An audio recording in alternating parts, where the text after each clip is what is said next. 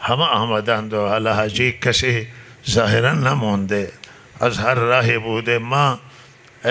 به هر حال وقتی که فروازه لغو شد و این جنگ در گرفت و گفتن چند تا مرز بالاخره میتونن حاجی برن، هم عراق بالاخره یک طریق عراق بود که سازمان حج می آورد و یک راه پاکستان هم اعلام کرد که یک دو تا فرودگاه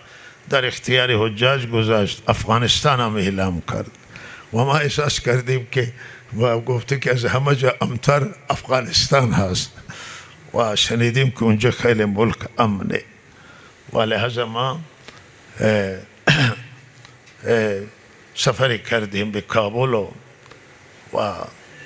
الحمدلله به سلامتی خدمت شما رسیدیم و واقعا جا داره که من تشکر کنم از برادران افغان خودم و مسئولان اونجا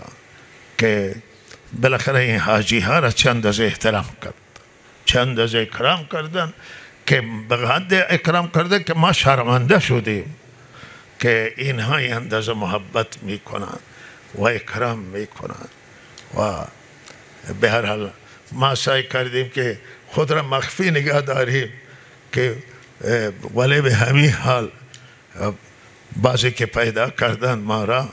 بالاخره می آمدند و درخواست دعای او اظهار محبت و واقعا یک چیزی که عجیبی که من دیدم اونجا و من تحت تاثیر قرار داد امنیتی که در اونجا است و فساد از اون ملک ریشه‌کن شده،